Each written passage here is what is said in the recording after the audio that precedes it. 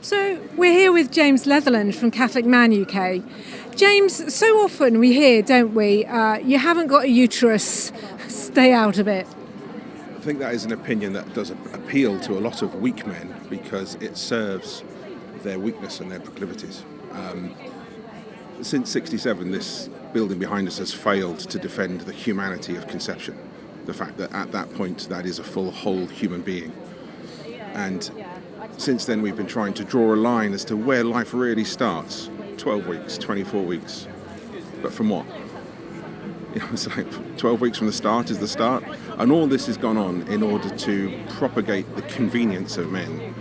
And that is using women for their own pleasure. And when there are consequences, the men fall back on, oh, well, it's a woman's choice, therefore it's her responsibility. So weak men can proliferate, ironically, their activities. And it's just that statement, if no uterus, no opinion, is actually abuse of women. Well, exactly. And I think as well, as well as the weak men, the weakness of men is being empowered by this line that if you have an opinion that your wife should keep the baby, or your partner or whoever should keep the baby, that's deemed to be abusive and toxic, isn't it? Absolutely. So the chronic irony of that. You better believe that I will fight for my children's lives. But then if we can't identify what a child is, of what a human is, in the uterus or out of it, how are we supposed to defend that?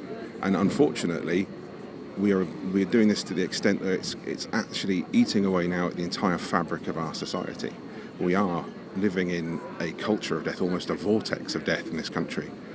Very few births, massive immigration, and all to feed the weakness of the human appetite. So what do you think young men should be doing?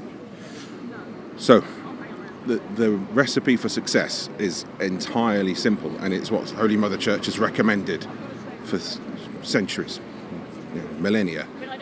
Marriage, faithful, devout marriage, happy homes, children, trying to raise your children in a loving environment.